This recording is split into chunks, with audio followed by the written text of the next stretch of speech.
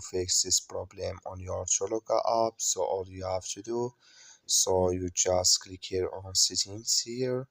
So when you just click here on settings here, it's going to take you to settings list.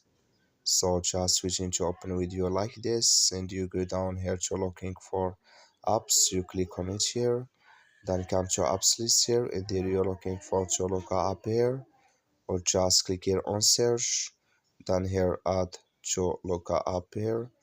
So add here Toloka app, you click on it here.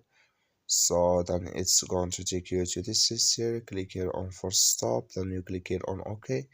So then you go down, just click here on storage, come to storage list here, just click here on clear cache. Then all you have to do, so you just go to your Play Store, click on it here. So then you search for Toloka app, it's going to show for you like this. You will find here update, click on it, then it's going to work with you. That's all you have to do. Thank you for watching. Don't forget to support us by liking